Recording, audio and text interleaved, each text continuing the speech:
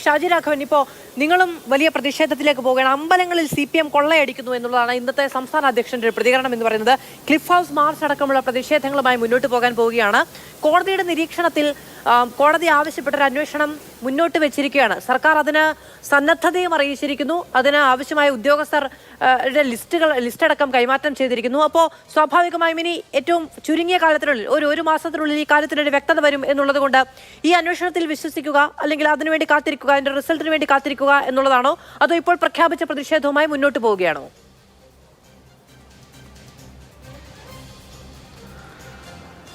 മധു, ഇവിടെ ലിജു ഒരു കാര്യം പറഞ്ഞു. അതായത് ഇതൊരു മഞ്ഞുമലയുടെ ഒരറ്റം മാത്രമാണെന്നുള്ളത്. ഞാനതിനോട് പൂർണ്ണമായിട്ട് യോജിക്കുക. പക്ഷേ ഈ വിഷയത്തിൽ മാത്രമല്ലിത്.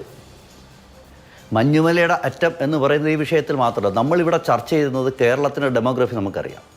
അതിലെ ഒരു 50% വരുന്ന പ്രബല വിഭാഗത്തിലെ 99% വിശ്വാസികളായിട്ടുള്ളവരുടെ ആരാധനാലയങ്ങളുമായി ബന്ധപ്പെട്ട പ്രശ്നമാണ്. ഇത് ഇന്നോ ഇന്നലെയോ തുടങ്ങിയ പ്രശ്നമല്ല. നമുക്കറിയാം മറ്റേതെങ്കിലും ജനവിഭാഗത്തിൻ്റെ ആരാധനാലയങ്ങളിൽ ഈ തരത്തിലുള്ള പ്രശ്നങ്ങളുണ്ടോ? ഉണ്ടാകാൻ ആരെങ്കിലും അനുവദിക്കുമോ? ഇതെന്തുകൊണ്ട് സംഭവിക്കുന്നു? കാലാകാലങ്ങളായി ദേവസ്വം ബോർഡ് സംവിധാനം, ആ ദേവസ്വം ബോർഡ് സംവിധാനം വളരെ കൃത്യമായി കാലാകാലങ്ങളുള്ള സർക്കാരും ക്ഷേത്രം കൊള്ളയടിക്കുകയാണെന്നുള്ളതാണ് യാഥാർത്ഥ്യം. ഇത് ഇന്നോ ഇന്നലെ തുടങ്ങിയതല്ലെന്നേ. ഇതിൽ ഏതെങ്കിലും ഒരു ഗവൺമെൻറ് മാത്രമല്ല ഇതിൻ്റെ സ്ഥാനത്തുള്ളത്. അതുകൊണ്ട് ഞങ്ങൾ ജനങ്ങളുടെ മുമ്പിൽ വെക്കാൻ ആഗ്രഹിക്കുന്നത് ഇത് ഏറെക്കാലമായിട്ടുള്ളൊരു പ്രശ്നമാണ്. ഇന്നിപ്പോൾ പുറത്ത് വന്നിട്ടുള്ള വിവരങ്ങൾ എന്ന് പറയുന്നത്, ഇപ്പോൾ തന്നെ നോക്കൂ, ചർച്ചകളൊക്കെ കൂടെ ഇങ്ങനെ കറങ്ങി ഏതെങ്കിലും ഒരു വ്യക്തിയിൽ, ഇപ്പോൾ ഈ അന്വേഷണമൊക്കെ ചെന്ന് 1-2 വ്യക്തിയിൽ ഇത് അവസാനിപ്പിക്കുമായിരിക്കും. അല്ല, ചിലപ്പോൾ നിങ്ങൾ ഈ പറഞ്ഞതുപോലെ വിശ്വാസമുള്ള ഒരു അന്വേഷണ ടീമാണെങ്കിൽ ചിലപ്പോൾ ചില കാര്യങ്ങളൊക്കെ പുറത്ത് വന്നു എന്ന് വരും. ആ പുറത്ത് വരുന്നത് എന്ത് സംബന്ധിച്ചുള്ള വിഷയങ്ങളാണ്? ഇപ്പം നമ്മൾ ചർച്ച ചെയ്യപ്പെടുന്ന ഈ സ്വർണ്ണപ്പാളികൾ നഷ്ടപ്പെട്ടതുമായിട്ടുള്ള വിഷയങ്ങളാണ്. സത്യത്തിൽ ഇതിൽ ഒതുക്കണോ നമ്മളെ കേരളത്തിൽ ഈ വിഷയത്തിൻ്റെ ചർച്ച? നമ്മൾ ഈ ചർച്ച ചെയ്യപ്പെടുന്ന ശബരിമല ക്ഷേത്രം താങ്കൾക്ക് വരിക്കും അറിയാം, കോടതിയുടെ നിരീക്ഷണത്തിലുള്ളൊരു ക്ഷേത്രമാണ്. വേറൊരു ക്ഷേത്രം അങ്ങനെയില്ല. അതേപോലെ തന്നെ താങ്കളുടെ ഉൾപ്പെടെയുള്ള മീഡിയ ഞാൻ കണ്ടിട്ടുണ്ട്, മണ്ഡലകാലത്ത് 10-60 ദിവസം ശബരിമല ക്യാമ്പ് ചെയ്തിട്ടാണ് ഇവിടുത്തെ കാര്യങ്ങൾ റിപ്പോർട്ട് ചെയ്യുന്നത്. അങ്ങനെ സർവേലൻസ് അല്ലെങ്കിൽ കൃത്യമായ നിരീക്ഷണത്തിൽ നിൽക്കുന്ന ഒരു ക്ഷേത്രത്തിലാണ് ഈ തരത്തിലുള്ള തീവെട്ടി കൊള്ളകൾ നടക്കുന്നത്. അങ്ങനെയാണെങ്കിൽ എന്തായിരിക്കും കേരളത്തിലെ മറ്റ് ക്ഷേത്രങ്ങളിലെ അവസ്ഥ? അത് ചർച്ച ചെയ്യപ്പെടേണ്ടതല്ലേ? ഇതിനേക്കാൾ അല്ലെങ്കിൽ ഇതുപോലെ വരുമാനമുള്ള എത്രയോ ക്ഷേത്രങ്ങളുണ്ടെന്നേ ഇവിടെ.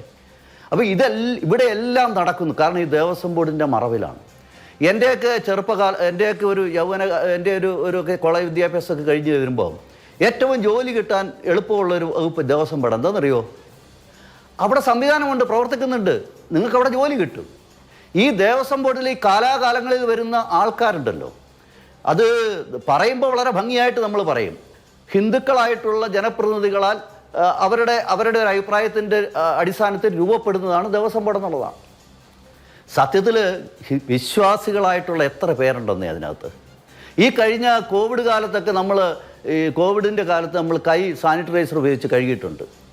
ഈ കഴിഞ്ഞ 10 കൊല്ലത്തിനുള്ളിൽ ഈ ദേവസ്വം ബോർഡിൻ്റെയും അല്ലെങ്കിൽ ജനപ്രതിനിധികൾ ശബരിമലയിൽ ചെന്നിട്ട് തിരുനടയിൽ നിന്നിട്ട് എന്താ ചെയ്തിട്ടുള്ളത്? അവിടുന്ന് കൊടുക്കുന്ന തീർത്ഥം പോലും സാനിറ്റൈസർ കൈ കഴുകുന്നത് പോലെ കൈ കഴുകുന്നത്. ഇവർക്ക് എന്ത് വിശ്വാസം ഇക്കാര്യത്തിലുള്ളതെന്ന് ഇത് നമ്മൾ കണ്ടതല്ലേ, നമ്മൾ ചർച്ച ചെയ്തതല്ലേ? ഇവരാണോ ഈ ക്ഷേത്രം ഭരിക്കേണ്ടതെന്നുള്ളതാണ് പ്രശ്നം. അതുകൊണ്ടാണ് ഇതൊക്കെ സംഭവിക്കുന്നത്. ഇത് ഇന്നോ ഇന്നലെയോ തുടങ്ങിയതല്ല. ഞാൻ ഒരു കാര്യം കൂടെ കൃത്യമായിട്ട് മാത്രം ഞാൻ സൂചിപ്പിച്ചോട്ടെ.